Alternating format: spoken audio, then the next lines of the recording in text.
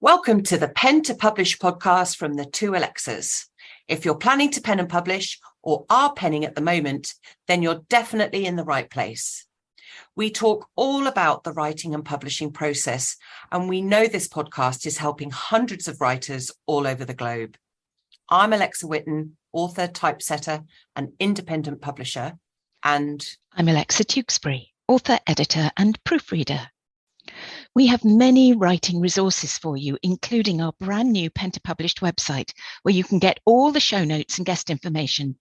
We've interviewed some really interesting writers and authors, and there's also our Writers Refinery Facebook group, which is available for you to join.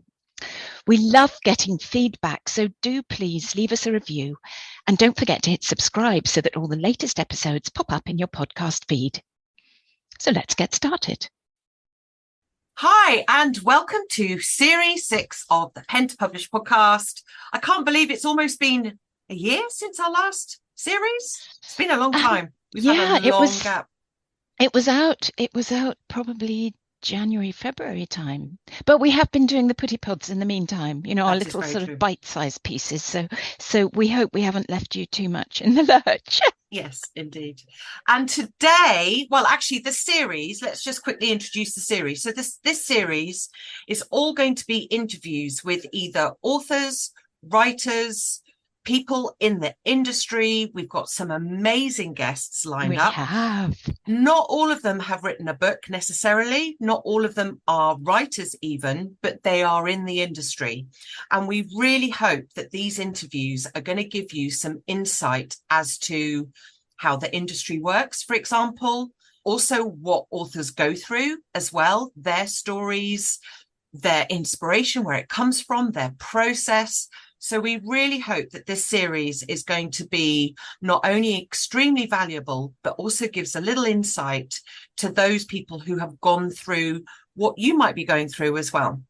Now, our first guest is the lovely Laura Maclennan, who has not only become a big part of our collaboration, Alexa, because obviously we are part of her dream team, but personally, she's one of my besties. I absolutely adore this lady.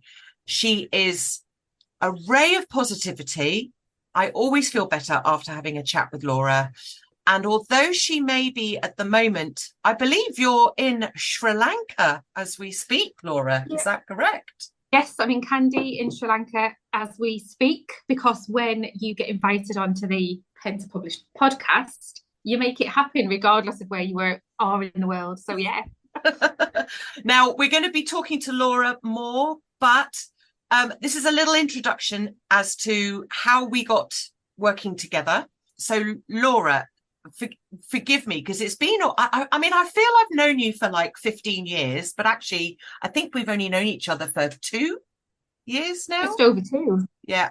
But it seems like a lot longer. Yeah. So, Laura came to us because she had an idea for a book that she's going to tell us all about how this came about. She decided, I think before even contacting me, she just decided to ask Kylie Dixon of the Northern Lass Lounge and of the Magical World of Mushroom Marvelous Facebook to do her illustrations. I think she wanted to almost pin Kylie down for illustrations and kind of make that her accountability. And then she asked whether or not we would like to work on her book. And she had this idea for a book that had been swirling around in her head for a little while. I'm going to let Laura explain more of that story. So Laura then came to us, Alexa for her edits and me for layout. And I didn't really know you before you really started working on your book. And not at all. No, not at all. No. And we just became mates straight away. It was amazing. Yeah. So, Laura, tell us about your story first of all, tell us about how your book came to be about, because there's a very specific phrase that you use that is the catalyst for being brave, sharing your story. What is that phrase that you had? And welcome to the show as well. Welcome to the show. Well, thank you very much for having me. I'm very excited to be here. I've got 2 children. I've got a Seth and Eliza, and I'd had a book written for Seth. For Eliza, she's the older one. Sat on my laptop, and I hadn't done anything with it. So when just right before COVID and lockdown hit, I had my little boy, and I was like, well, I need to write him a book, even if no one else ever reads it. I don't want him to grow up and be upset that his sister's got a book about her, a story about her, and he doesn't have one about him. So I wrote it, and it was sat there. And then it was 18 months probably before I started getting brave to put it out there, when this phrase, what the best that can happen, occurred to me. It was through some other training that I was doing, and it was like, what's the best that can happen? So as an accountability session, it was what's the best that can happen if you do that thing that you've always been terrified to do? What's that thing that you're frightened of doing? And for me, it was publicly sharing these stories, specifically Seth's to begin with, because I was terrified. I was terrified of being laughed at and being ridiculed and being told it was rubbish. That first meeting with you, Alexa, fear, pure fear. I was just terrified. But then she is very scary. She is. I was propped up. I was propped up in a box in the hall. Seth was crying in the other room, and I was just like, I look so unprofessional here. I'm talking to a publisher, and I look like a mess. But again, what's the best that can happen? What was the best that could happen in that situation? Alexa went, I've had a child. I understand. Don't worry, it's fine. And I immediately felt at ease. So I decided to share it with that in mind. I shared it on. I did a video of me reading it. Firstly, for World Book Day at the school I was teaching at. So it first went into their private Facebook group, because that was dipping my toe in. And there's lots of big readers in there. So that was quite a daunting thing to do, to surpass their opinions. But what's the best that can happen? And then I just thought, do you know what? Let's just do it. And I shared it onto my personal Facebook page with the information of, this is what I've written. It's been a dream for as long as I can remember to be a writer and be published and share some stories that hopefully make the world a better place and help people feel a bit better about themselves. So I'm going to do it. Come along for the ride if you want to. And thank goodness people did. They thought it was good. They were like, can we buy it? I'm like, right, okay, if you're going to buy it, if you promise to buy it, let's get it done. So before you contacted Kylie and myself, you read your book out at school and on your Facebook group. I recorded myself doing it and allowed them to share it in the Facebook school group. And then I've shared the same recording. So I wasn't live or anything, but I sat in my room with a piece of paper, printed off and shared it on Facebook and on social, on there first. And do you think by doing that, because you sort of finally put it out there in this sort of space of, well, people have heard it now, did that help with then getting the next step in place? Yeah, it did, absolutely, because the reaction from people, and not just people who you expect to reply, like friends and things like that, it was from people who I haven't heard from for a long, long time, who were just the lurkers on Facebook that you're just friends with when you're gathering your friends, commenting and saying they would love it for their children. So because it was such a nice, positive response, I thought, well, what's the best that can happen? If this group of people like it, then surely other people might like it, because it wasn't your typical people that were just feeding your ego. It was people who didn't need to bother commenting and saying anything that I hadn't seen since school or worked with years ago. So it was people that didn't have to take the time, and they had. So I thought, well, that's something that I should be sort of holding on to. Can I ask why you decided to write in rhyme? What was your kind of thought process for writing in rhyme? We just really like rhyming books. We'd read a lot of stories with Eliza, and I don't know, I've always written poems growing up and things like that. So I enjoy rhythm and the rhyming process. And I can't actually say it was a conscious decision. I don't think. I just started writing the story, and the future projects coming up are a little bit worried that writing in prose isn't going to be anywhere near as good, or I'm not going to be as good. It's like a two-hit wonder kind of thing. But I'm actually excited to try as well, because it's another bow to your writing arrow. Yeah, because I think especially if you're trying to get a message across, sometimes rhyme can be limiting. It wasn't at all in your first two books, not at all. You managed to kind of blend it all beautifully with getting these lovely positive messages for children across.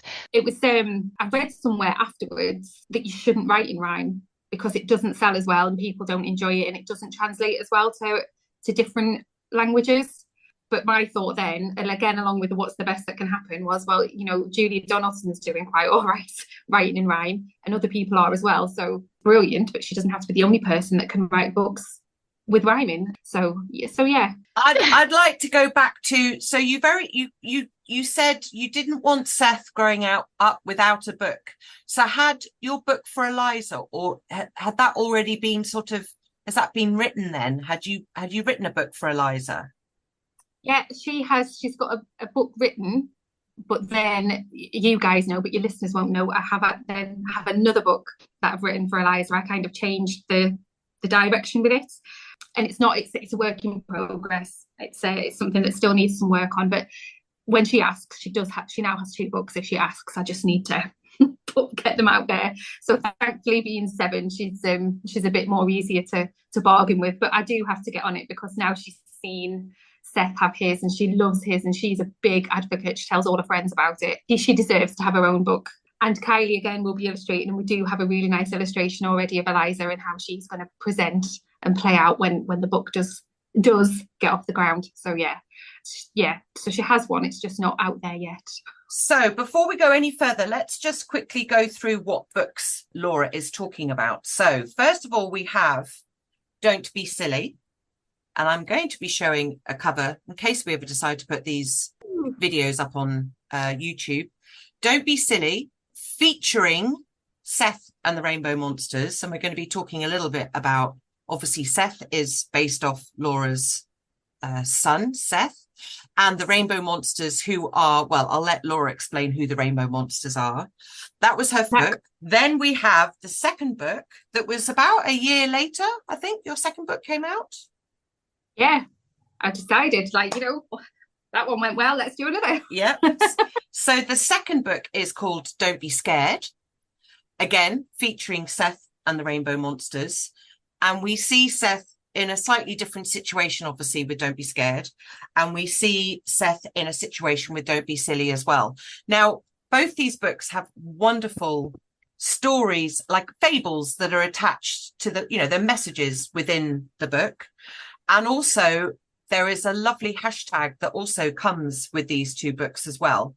So, Laura, I'm going to ask you now, when you wrote these, did you have in mind that it was going to be a sort of fable type story? Like, did you know you wanted to sort of share a way of living, I guess you could almost call these books, because they kind of are for kids? Was that your intention when you first started, or did it sort of naturally come as you were writing? You sort of developed this idea of, actually, I quite like having a takeaway message at the end of this. Yeah, well, Don't Be Scared was a completely separate entity. That wasn't even in the works, the second book, when we were doing the first one. And the original point for sitting down was, I can remember saying to my husband, Brett, I was like, so it was like midnight in lockdown, 1 April in lockdown, and I was waiting to do Seth's middle of the night feed. I was like, there's no point going to bed, but my brain was going, I was like, let's watch. So I said that I wanted, specifically, first of all, I said I wanted it to feature rainbows in some way, because Seth is my rainbow baby.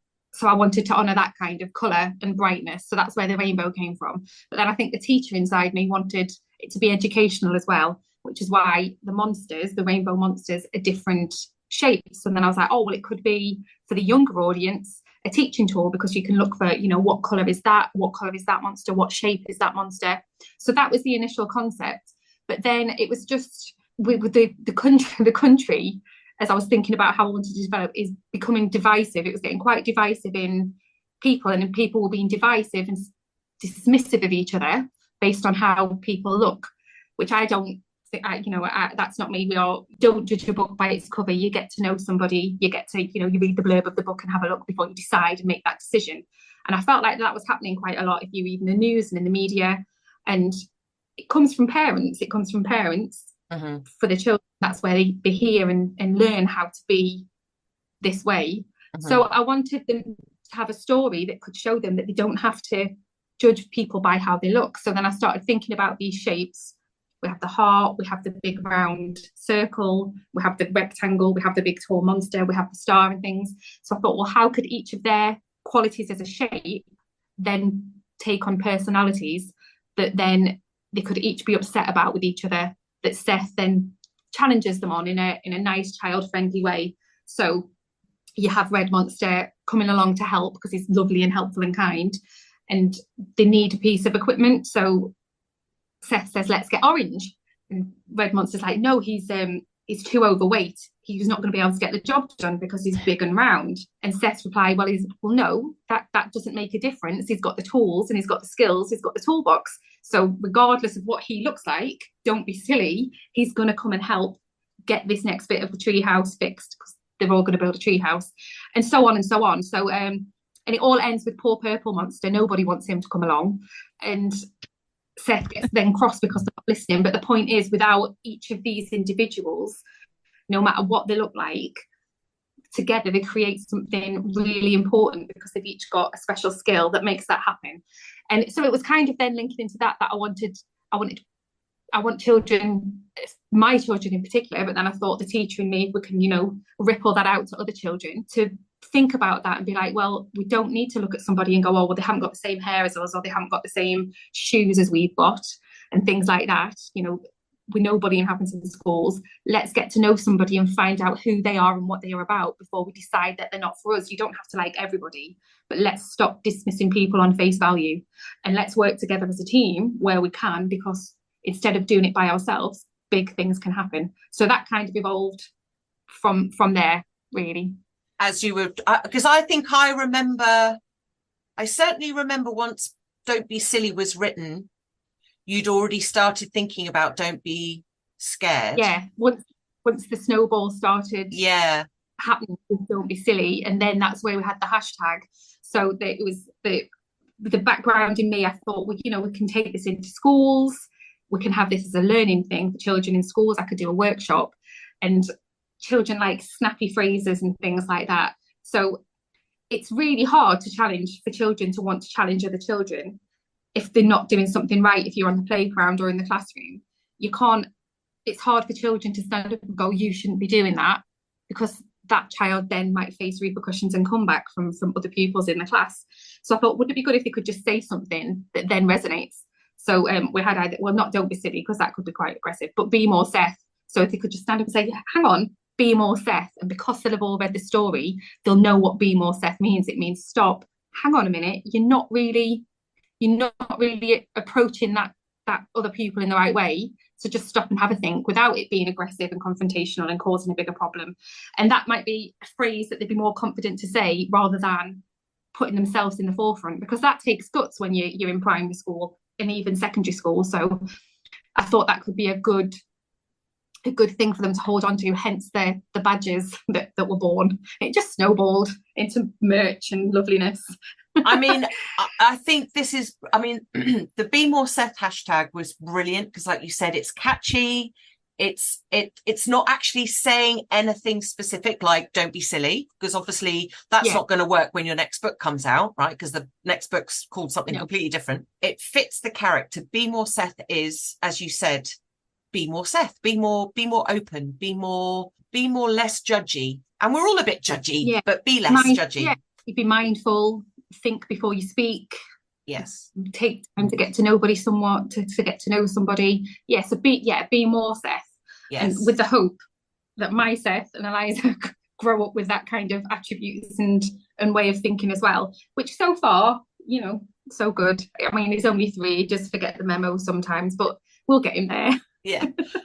And you mentioned something there that also we talk about quite a bit on the podcast, which is obviously trying to make money on the front end of your books is really hard, as I'm sure you know, Laura, unless you're dealing in volume. I mean, you have to shift a lot of books to get your investment back. But you just mentioned something there that is where certainly children authors can tap into, and I think a lot don't, that really starts to bring in the extra money. And I know you've done this, and I know your books have springboarded other opportunities that have brought in money. So tell us a little bit about your merch and the speaking opportunities that you've been given, and also now what you're doing in schools going forward. I know your training background has been about education. You know, you've worked in schools, so this isn't something that has sprung up from nowhere. But I know the book has opened up avenues of revenue. So can you tell us a little bit about your merch, for example? So, the merch, I haven't even scratched the surface. And that is something that's kind of on the back burner, but it's still very much something that needs to happen. So when we first launched the book, I did pre-orders, and everyone who pre-ordered got a Be More Seth badge, a little button badge, which was great because the children could wear it on the blazers at school or the cardigans or the bags. And it was a fab little thing. But we went in and I've got prints and mugs in adult size and children's size that you can have your own slogan on. So you can have Be More Seth, or they could have the name on with a favourite monster. You can get prints, bookmarks with little different sayings from the books and things on. So there's lovely bits of merch. Fridge magnets, they're really good. And actually someone who they bought the canvas bag with the monsters on and the fridge magnets, and they matched the fridge magnets to the monsters on the book, and the teacher and me loved that. I was like, yeah, brilliant, because it was a younger audience. So whilst that child might not be able to read the book themselves yet, they were able to hear the story and learn about the characters and then do activities around them. So that's really good. But going forwards, I would love lunch boxes, bedding. Do you know what it is? Every time I see the Little Mr. Men, Little Miss. Oh, yes. The Mr. Men and Little Miss books.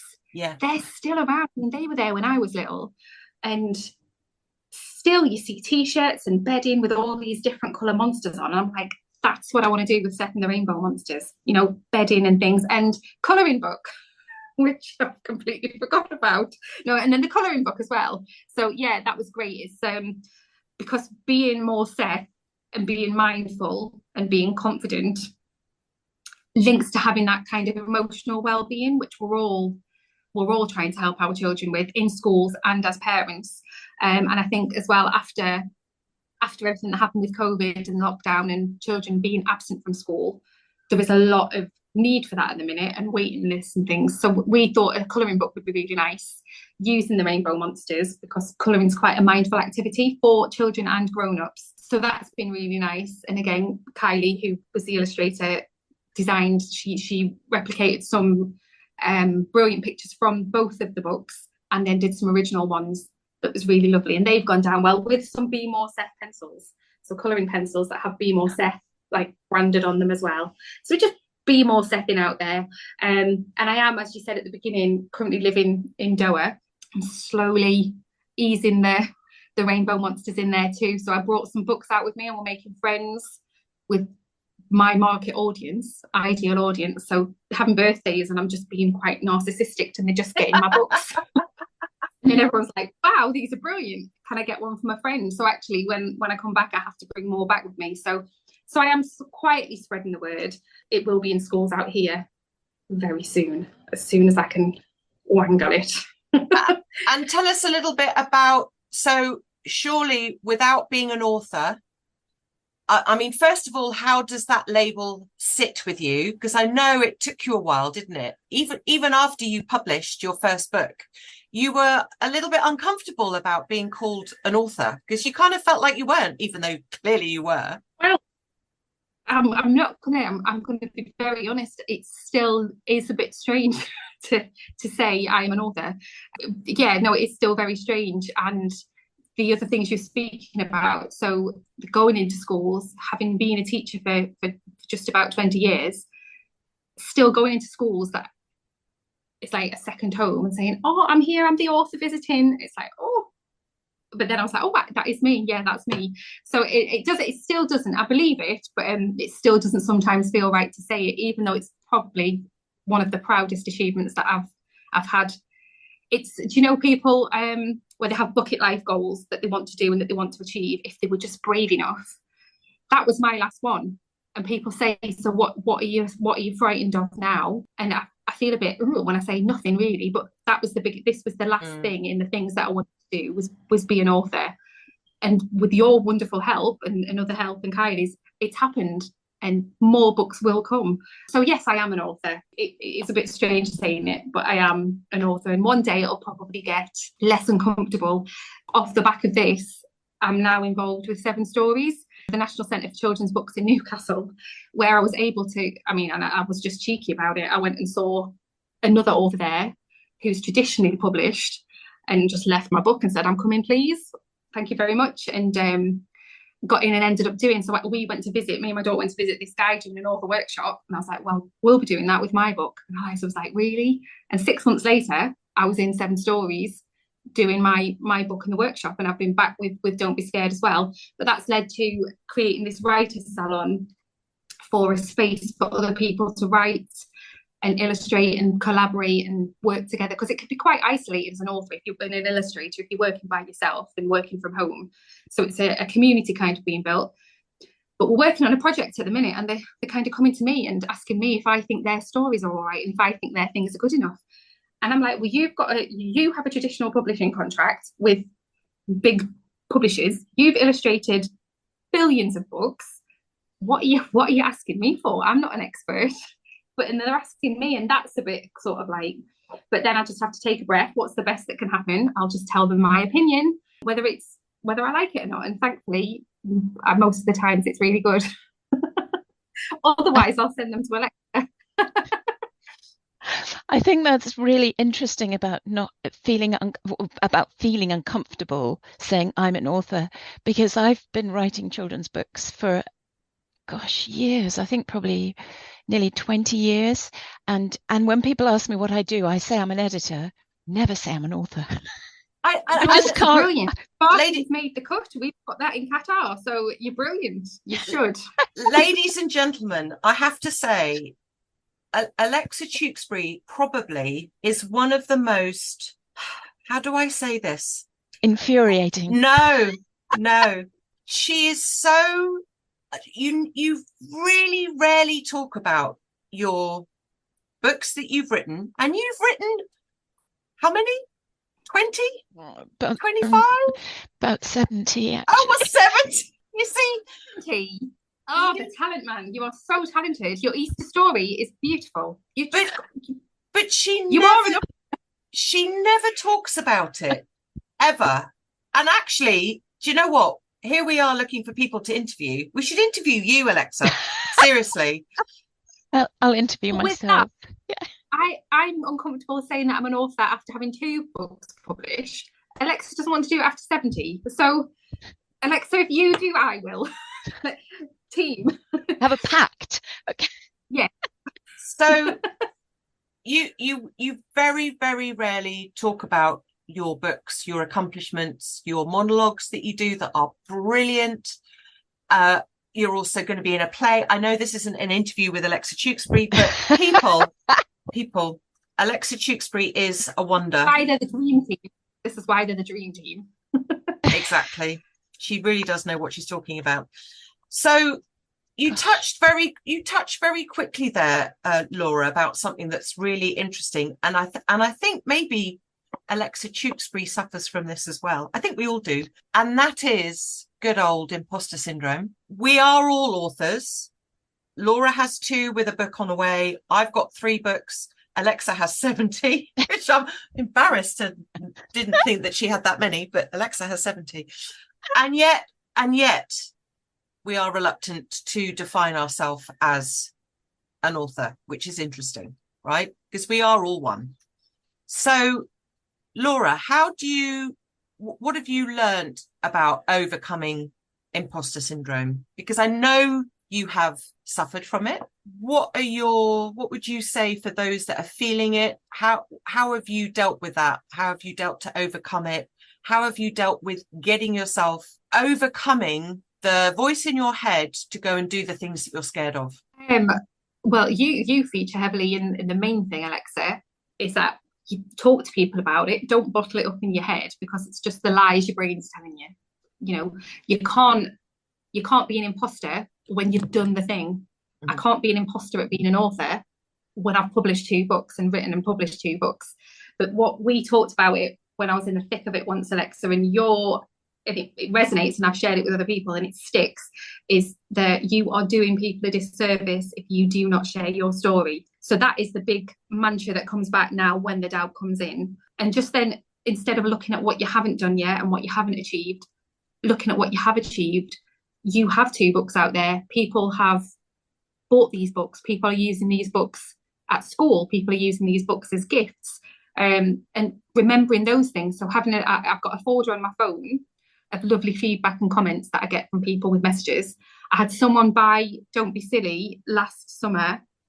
She bought a few copies for her page boy and bridesmaids gifts because she just loved it so much. So I'm thinking, so it's things like that I'm keeping, because if you are going to buy my book to gift special people as a thank you on your special day, then that is something that you need to remember when your brain's telling you lies about whether you're good enough to do it or not, because you buy important things for people on those occasions. So if people think it's good enough for something like that, or for christenings, or for new babies, and to use as a learning tool in schools, then that's what you have to remember, not what you haven't achieved yet, and not how hard it was, or not if you've got block and writer stuff at the minute or things like that, what you have done, because if you've done it before, you can do it again.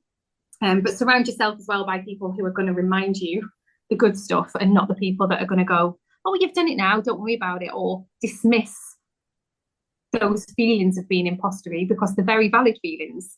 We're all human, and it's human nature. Just because I was terrified doing Don't Be Scared, absolutely terrified, and you're a one-hit wonder. It's the first one was good, but the second one's going to be nowhere near as good. Nobody's going to buy it. People are going to say it's rubbish. They're going to compare. But so having people that you trust who are going to give you the real honest answers. Don't Be Silly is out in the world because I trust Brett, my husband, explicitly. And when he read it initially, after I'd wrote it that night in lockdown, he said, this is really good and you need to do something with this. And I was like, really? And he was like, and he would not let me put something out there that he thought that wasn't going to be good, that was going to embarrass me in any way, or that was less than I was capable of. So he has one of the final reads now. He was one of the final reads of Don't Be Scared after that. Sometimes he has a bit too much of an opinion and I have to stand my ground with some of it. I'm like, I'll leave that to Alexa T. If she says so, then I'll change it. But yeah, having trusted people around you as well to kind of, so just before this podcast, I was like, I'm scared. He went, why? I was like, I'm going to babble, I'm going to make no sense. And why do you even have me on a podcast about books? And he's like, don't be silly, listen to your own words, you'll be fine. So yeah, you're doing people a disservice, and having imposter syndromes is a valid feeling. So find people that will tell you that they're valid, but then tell you to snap out of it, because also they're nonsense. I think you're absolutely right with surround yourself with people, not just people that are going to tell you how brilliant you are, because that's not what you're saying. Surround yourself with people who are in the field as well, like, not to blow our trumpet, but we wouldn't publish something that we didn't believe in either, right? And Alexa T wouldn't let anything out that wasn't as it needs to be, right? But it is surround yourself with people who are going to support, give you honest feedback, and lift you up when you're feeling crap. And I'm a huge believer of that. I said to you guys and Kylie right from the start, I don't need you to tell me that this is good just because I want to do it. You need to tell me it's good because it is going to be something. If it needs work, it needs work. And as you guys both know, the third book that I have been working on, Eliza's book, that does need work. I've written that and submitted that to you in a time where my life hasn't been the best it can be. So what I produced isn't the best work. And what I really, really appreciate from both of you is the time, and Kylie's the time, to get my head right to make sure that is the best that it can be, but also the feedback from you, Alexa, as the editor, of how it can be developed and how it can be. And I know you were really worried about sending that and how I would receive it. But for me, I'm just really, really grateful that you've said this needs more work, because that's your job as an editor to do that. And my job as an author is to listen to the people that are the experts who know that. And I've always been able to take on board feedback and then use it. So, and that's what I'll be doing. You very lovingly give me the time to do that. it will be better when Eliza's book does come out, and it will be worthy of us as the dream team. It will be worthy of her because she deserves it. She's my biggest champion when it comes to the books, and it will be worthy of me, and it might be a whole different side to my writing that comes out as well. So you've got to have that trust. Does that make sense? This is why I always say that you get a professional editor to look at your book, regardless of your background, regardless if you're an English teacher, regardless if your neighbour's an English teacher, right? Or your Aunt Mildred. Or your Aunt Mildred used to work, as a secretary for a, publishing consultant, whatever. Get a professional on board, because Alexa Tewkesbury, as lovely as she is, and I love Alexa so much, as everyone knows, she's going to give her honest feedback. And I know when it's not always the most positive, she's worried about sending feedback like that. But when she asks me, do you think this person's gonna, because you always feed back to me, is this, and I'm like, Alexa, you're the expert, you're doing the author a disservice if you don't say what the actual reality is.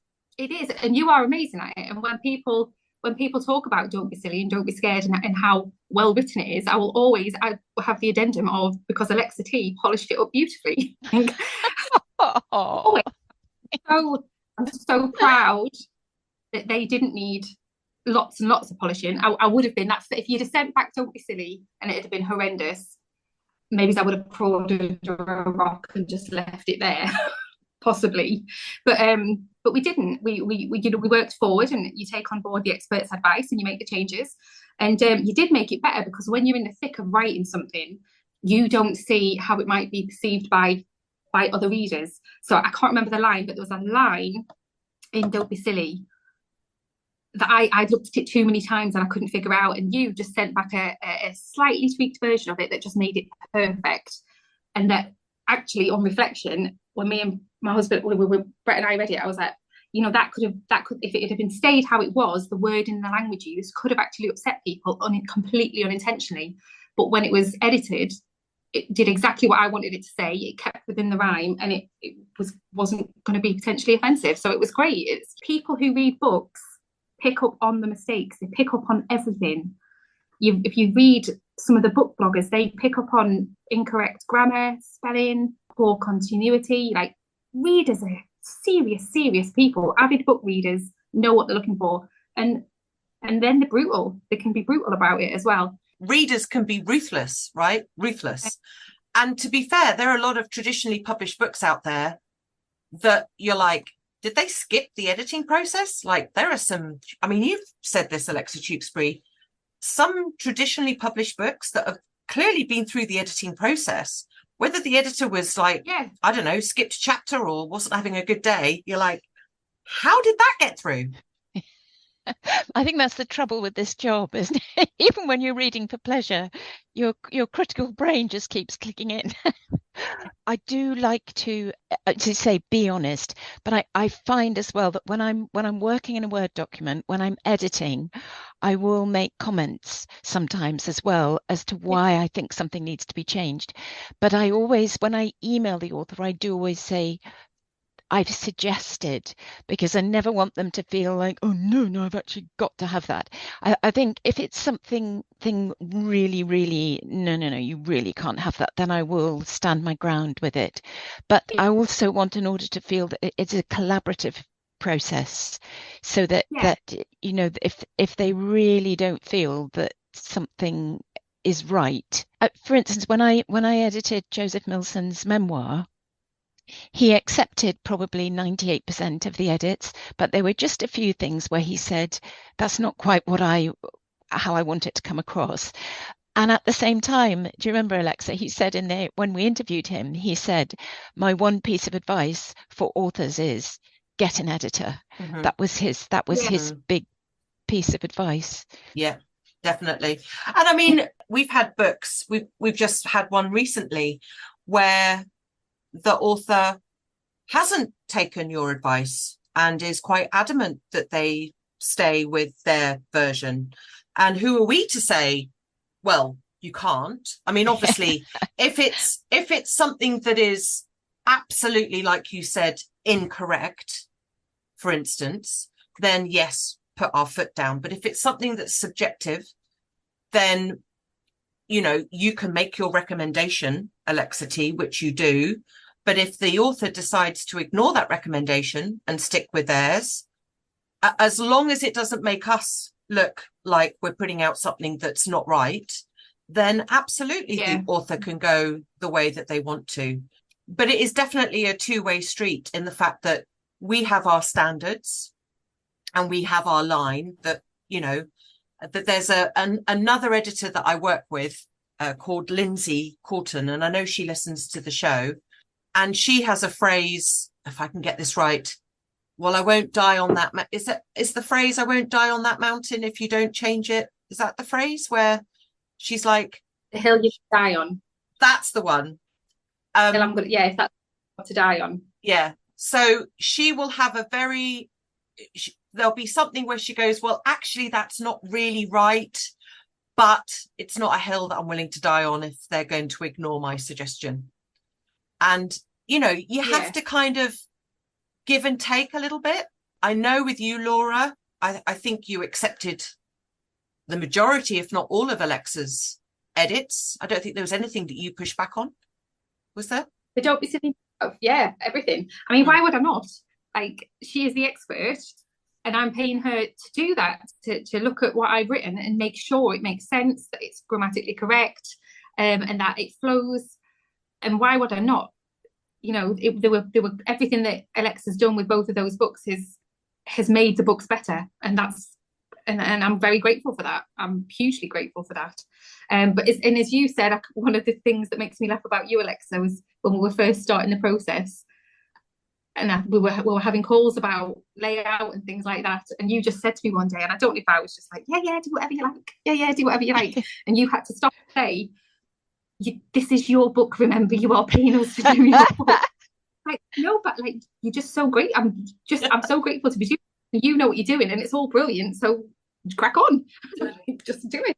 I mean, it is lovely when we get authors like that. Paula Fowler is another author who she's wonderful.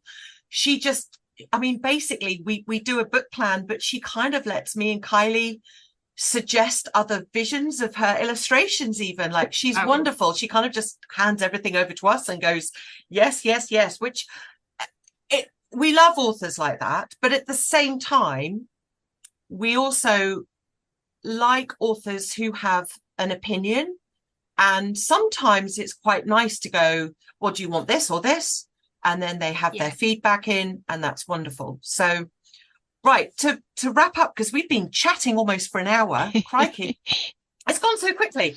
Right, so just to wrap this up, Laura, can you give us, I know we're putting you a bit on the spot, but can you give us 3, if you can manage, 3 top tips for how you get your books out the door? Because I remember conversations about how many you wanted to get printed. We went for the bigger number than the smaller number. I know that made you really uncomfortable, but I was like, I know you're going to be able to sell these books. Excited and comfortable. I was like, oh, is this actually happening? And there's that lovely photo of you sitting on your literally pallet of books that got delivered. What are your 3 top tips for selling the book? What would you say? So, firstly, tell people about it. Don't just sit with it quietly and like just hopefully that people are going to go, oh, look, there's this book that I found. You need to shout about it. If you're going all in with what's the best that can happen, go all in and tell the world. So from my Facebook sharing, when everyone was were like, oh, can we get this? Is this going to be a real book? And I'm like, oh, well, I'd better make it a book. I made a private Facebook group and said, right, I'm doing it. Come along here for the journey. I'll let you know all about it. And I told them the story of me going from this person saying, I want to be a published author and fulfill a dream. And I showed them the process of doing it. So share your story if you're happy to do that. Put yourself out there. Because when I started, people were like, when can I buy it? When can I buy it? So I was able to do a big lead up to pre-orders. And then when I hit that pre-order and opened those pre-orders, because they've been following along right from me saying, I'm about to be brave here, to, all right, let's go. These are the characters. This is the story. This is the font. Which font do you like? And bringing them in on the process. When the pre-order link went, I mean, I think it was I sold 180 books in an hour, which I literally hid under the duvet. So definitely share your journey. Mm-hmm. If you are inclined, go into schools, get booked into schools and events and workshops, because that is how you get your books seen. If they are your target audience, you need to get yourself in front of them. Perhaps I found it a bit easier because of my teaching background and because I'm used to standing up in front of children. But I tell you what, standing up for the first time as an author in front of children with my story was a whole different ball of fish, kettle of fish, ball game, all the things getting mixed up. But what happened was, and this is why it's really good for selling, was I'd coordinate and said, if people would like to buy books, I will happily sign them for them on the day. They can take the book away with them. I'll put the name in and things like that. So I rolled up with a suitcase full of books. But I didn't have enough because the school had put it out on the parent pay. And I think it was about 55 books in a 1 hour session that I sold, because they just, I thought there would be about 10 or 12. And it was around about 55 books sat signing in the staff room while all the teachers are coming and having the dinner, because it took that long. So putting it out there and being honest with the school, but make sure what you're taking into the school is also of good value to make it worth their while. But it's a really good, it floods open the audience, because then people tell their friends and things like that. And then make sure you're on Amazon, I guess, Amazon and Waterstones and doing that kind of thing, so you can promote it wider for people that you might not be able to see in person. And actually, if you're going to move unexpectedly to the other side of the world, make sure you've got good friends who are going to sit and have the books in their houses with signed copies and send them for you, because I have a lovely 2 UK hubs. Kylie's got a load of books, bless her, that she just dishes out for me. And then I've got a friend, Lisa, who has all the books and all the colouring books. So actually have a website or somewhere people can order from. That's a really good idea. Yeah. Because they order them. Yeah. And then definitely. Lisa, yeah. I can still place the orders, send them to Lisa.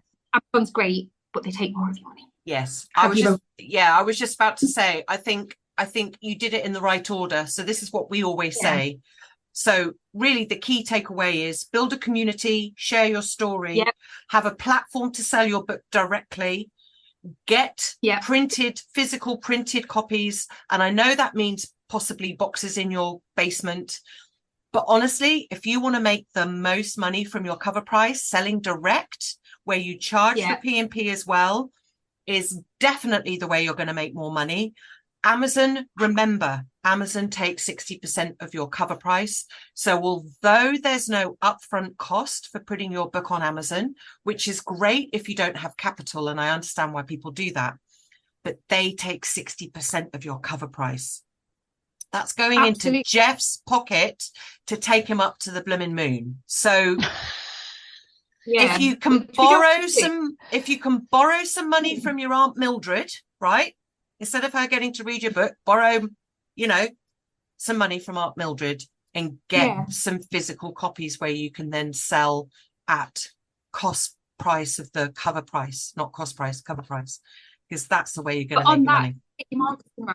Get these people in your group and share your story, because lots of people who I've spoken to have said, how have you gone about it? I'm just concerned about the costs. But I've said to them, the way I did it, with them first sets of pre-orders in that first hour, so many of my costs were already covered.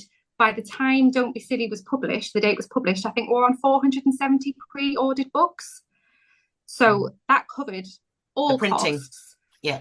The printing. And then every book I sold after that, put to one side, when it came to do Don't Be Scared and your initial fee, that I had that there for that. Yeah. So, and I wasn't worried about the printing for Don't Be Scared, because I knew once I started getting the pre-orders for that would then cover that cost as well. So whilst I'm not sitting on any book millions, I haven't, the books have been paid for, and then now they're there selling. So the profit that I do get is then mine, that I can then be putting to one side or using for nice things. So my big bit of advice is if you're doing it this way, don't just go to Amazon because it's free. think about your community, think about your marketing of your book. And if you do it right and build it up first, then costs will be covered by your books. So don't panic. Don't panic and go for it. What is the best that can happen? You'll be an author and your story will be getting told. And what's your next book? Exclusive. What's your next book? Aside from Eliza's, which has to happen, I can reveal exclusively for you guys, Seth and the Rainbow Monsters, Don't Be Shy, which will probably be the third and final one. Although this morning in the shower, I've had other ideas, like Seth and the Rainbow Monsters Go on Holiday and Seth and the Rainbow Monsters. Maybe there's going to be some shorts, but the third book of Don't Be Silly, Seth and the Rainbow Monsters, will be Don't Be Shy, and it'll be the same value of be more Seth, be brave, how you can answer questions in class without being shy, how you can not be too scared to go to your friend's party when you've had that first ever party invite, something like that. So it's still percolating, but it will be along the same vein. And what's the perfect sign-off phrase for this that we use in the Northern Lash Lounge? Shy Bairns Getting Out. So we've got, I was shy or juicy or what? And your whole story has come about from not being shy. And what's the best that can happen? Yeah, and look at how many others are doing it as well. I know. That's really cool. It's really cool now. We've got a whole range of children's books by you guys and Kylie's changed her career. So it's really exciting, from being brave and just going, why not? And yeah, no, it's really exciting. So thank you both of you two for making my dreams come true. No problem. So Alexa, do you have any other final little questions for Laura? Do you think we've covered everything? I think we've covered everything. I mean, I love going back a bit into what you were saying. I love how you didn't just sit down and write your book. It developed slowly, like in your head. It developed what you wanted to turn it into. The message developed. Everything was kind of like a step-by-step process, so that the more you thought about it and worked on it, different things sort of slotted into place. And I think that's a brilliant way for authors to work. So I know some people, they have a dream, like, oh, I dreamt my whole book, and the next day I got up and I wrote it. And that obviously does happen to some people, but I think for most of us, it is just that. It's that, oh, that's an idea, and then, oh, perhaps I could do that. Maybe I could go that way with it. And it's, notebooks full of scribblings, and it's just allowing it to kind of percolate and develop. And I think that's how you achieve that sort of perfect final result. Percolate. Thank you. The word. Yeah, percolate. And can I just say one final thing? It's like, so one final bit that gave me the confidence to go forward and approach Kylie and you guys was that I had sent it out to publishers out there who were taking open submissions, and one company offered me they bigged up about how brilliant it was. I don't know how much they believed it, but at the time my rationing was, well, if this company want it, then there must be something in it as well for a wider market audience. But that company wanted me to pay a very large amount of money over a certain amount of time before they would even do any marketing on it, any single work on it whatsoever. And when I asked to have a phone call to discuss it, I was told, no, we're working from home, we can't have a discussion. And I was like, well, you want me to give you these thousands of pounds to give you my story, but you can't tell me then what you're going to do about it. And I know from people I've spoke to, they want to consider that hybrid route. But for my viewing is, if you're going to pay that amount of money to somebody who won't get on the phone to you, who won't tell you how they're going to market it, and who won't do anything with it until you've given them all this money, why not then try this route? Because that money is going to come through the marketing of the books anyway, and you're going to have that control, and you're going to have people who are invested who will pick up the phone. So it might seem more enticing because it's got a publisher attached to it, in terms of this is the publishing role, we're accepting submissions. Be careful about being hoodwinked and be careful and really check about what it is you're going to get before you make any decisions. You know what? You are obviously psychic, Laura, and seriously psychic, because Alexa, tell us who our next guest is going to be. Our next guest is going to be Janie Burton, who is an editor and a contracts negotiator. And one of the things we are talking about with her is beware of being scammed, because there are a lot of scammers out there who just know that authors are desperate to get their work in print and will do whatever it takes if that costs them thousands. So yeah, but I was wanting to kind of leap in and say, and we're talking about that next time. Exactly. I mean, you didn't know this, Laura. I mean, talk about synchronicity. It's amazing. So yeah, we're going to be talking to Janie Burton next week about this very subject and what you should be looking out for, because there are some scammers out there, and there are people who are willing to take your money and they don't do very much with it. And whenever someone comes to me and I give them my quote and then they decide to go elsewhere, I always want to say to them, do you really know what you let yourself in for? But, you know, it's their decision. Off they go, you know, whatever. We've kind of explained to them the pros and cons, but basically what you're saying is do your research. And if something seems a bit off, like you obviously did. If someone can't be bothered to take the time to chat to you about your baby, your book baby, then are they really the people that you want to have working with you on this book? I would just be mindful of that. Exactly. You use that as a jingle for the next episode. I absolutely agree. And I mean, I have to say that's probably something that Alexa and I really pride ourselves on, is we get really involved with our authors' books. I probably get too involved in my authors' books because I end up with best mates, you know. Laura's one of my best mates. But we really do get emotionally involved because we want the best result for the author. And, you know, we don't take a percentage of book sales. Once you've got your book out there, you pay us up front for our services, and then you get 100% of your cover price, which I think is a really big selling point of coming to use, you know, someone like us as a team. But anyway, Laura, thank you. Thank you very much. Thank you for having me. Very valuable insights. This is going to be a juicy episode. Thank you so much for joining us all the way from Sri Lanka on your holiday. And as I said, next week, we're going to be talking to Janie Burton about contracts, negotiations, and also the differences between the publishers, plus her expertise in editing and proofreading as well. So from me, bye-bye. And from me, bye-bye. And thank you so much, Laura. Bye-bye. You're welcome. Thank you for having me. Bye.